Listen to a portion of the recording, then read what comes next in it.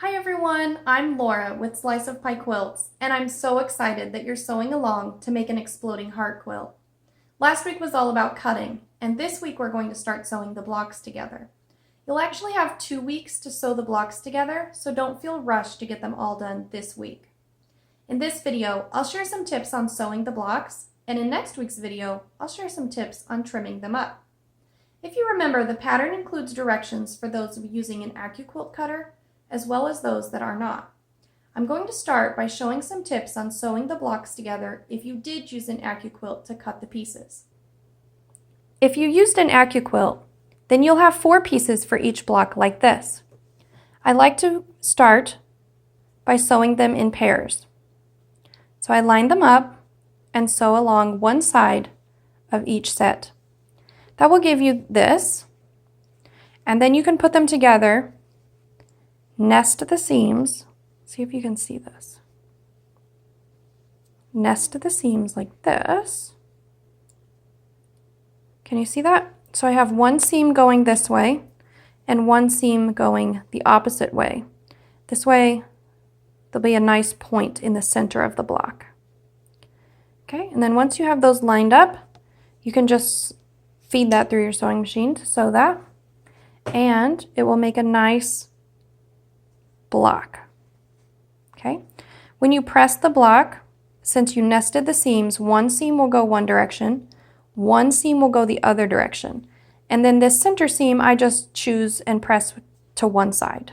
Doesn't matter which way. Okay, so that's if you're using an AccuQuilt. If you're not using an AccuQuilt, then there's no less than like 50 other ways that you can do this. So in the pattern, it mentions to draw a diagonal line on the back, on the wrong side, like this. And then you'll sew a 1/4 inch on either side of the line for the first step. So I like to use this Sew Line Air Erasable pen.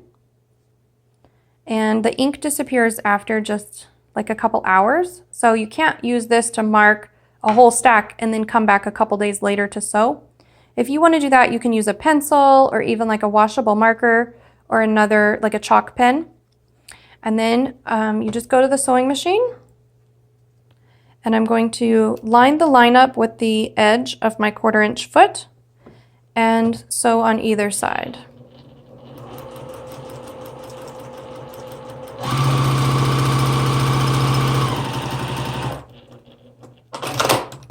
So once I've sewn on one side of it, I just turn this around and I sew on the other side of that line.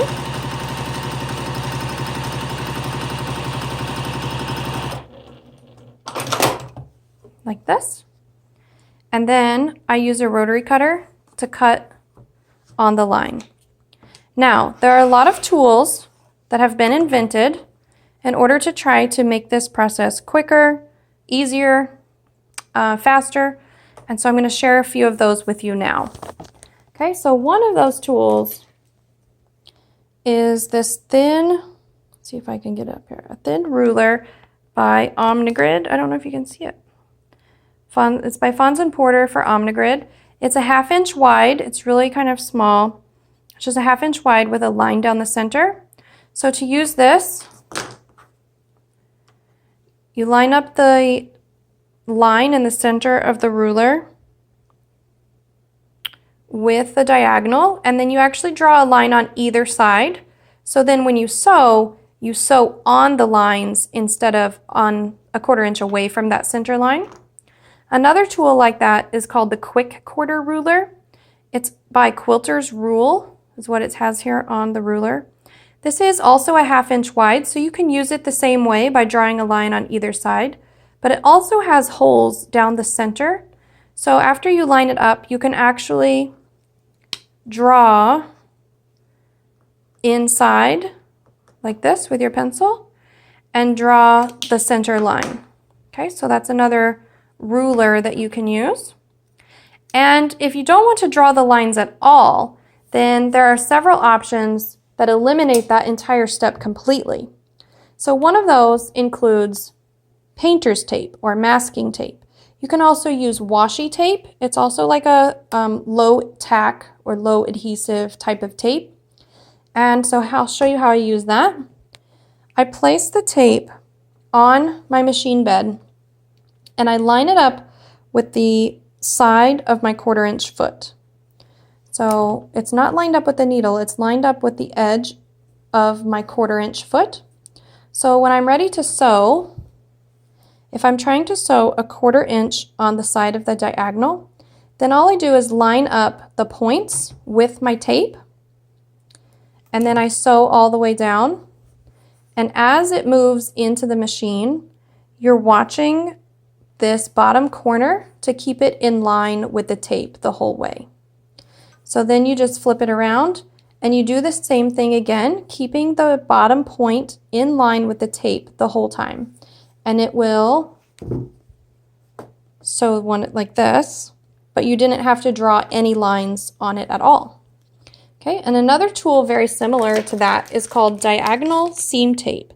This was invented by Allison Harris of Cluck Cluck Sew.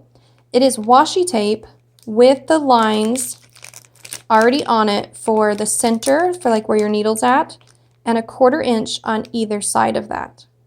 So you do the same thing, you would just tape it to your machine bed here in front of your needle, and the red line lines up with your needle, and then the black 1/4 inch lines are what you would use in this situation to line up the points with the black line of the tape, and then watch this point as you move it in there to keep it lined up as you push it, as you feed it through. Okay, another product similar to that is this Sew Straight Guide by Quilt in a Day. And this works similar in that you place it on your machine bed in front of your needle, and you use tape to hold this in place. It has an arrow to show you where to line up your needle, but you don't actually put this like where your needle is going to go down. You put this in front of your needle. And then this is different than like the diagonal seam tape because it also has these lines on the side. And that works because as you line this up, you can see that the edge lines up with the diagonal lines here. So as you feed this into the machine, that can help you keep it straight. And as you feed it, you also can watch this bottom corner, that it stays in line with the line on the guide so that you can sew a straight line without drawing any lines on the fabric. Okay? And you might notice it's kind of challenging when you are using tape or any of these other gadgets, that when you put your fabric on top of it, it's actually covering most of the guide. And so that's kind of challenging to watch because you can only watch this one spot to see if it's lined up. And so what I like to use, if I'm not using my AccuQuilt, is I like to use a Vivilux laser. And this is a laser light that shines a straight line that you can attach to your sewing machine. So it comes with Velcro attached to the back of it. And I just placed it here on the front of my machine, but it can also go underneath the arm if that works better on your sewing machine. So how it works is the bottom here swivels, and this is a bendable wire. So you move it into position, and I put it so for this pattern so that the laser lines up with that right edge of my 1/4 inch foot, since I need to be sewing a 1/4 inch away from the diagonal line, the diagonal of the fabric. So you just bend it until you have it lined up, and then you do the same thing like the tape, in that you line up the corners with the laser line. And you can see that the laser line, this is why I like it, it shines on top of the fabric and it's big, so it shines off the edge of my sewing machine table. So I can use it with any size of half square, 1/4 square triangles, or even for like snowballed corners, or stitch and flip corners, sometimes they're called that too. So you just line up the first point with the edge of your 1/4 inch foot, and then the other point in line with the laser. And then as you sew, you watch this bottom point that it stays in line with the laser.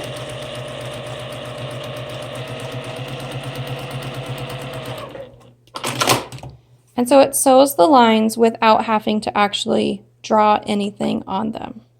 So I use my sewing machine laser a lot. I really like it. I have all my lights on in my room right now, and you can still see it's really bright. This is the dark side. You can still really see it there too.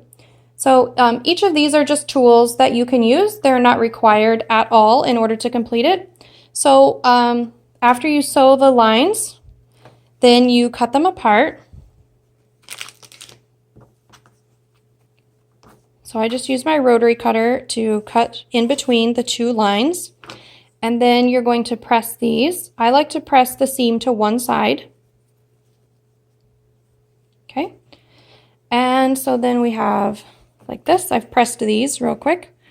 And the next step is either to put two of these together and then sewing this direction. So you either draw a line or use a guide of some kind, you know, like we just showed. And that's going to give you the quarter square triangles. Or some of the blocks say to pair one of these half square triangles with a background square. And you'll notice when you do that, they're not the same size. This is exactly how it's supposed to be. So what you want to do is just center the half square triangle onto that other square as best as you can. It does not have to be perfect at all. That's what we're going to do next week, is trim them up. But don't trim this background square now, and don't trim this half square triangle now. Okay, so just center it on here, then draw your line across the diagonal or use your laser, you know, whichever way you're going to do it. So if I was going to use my laser,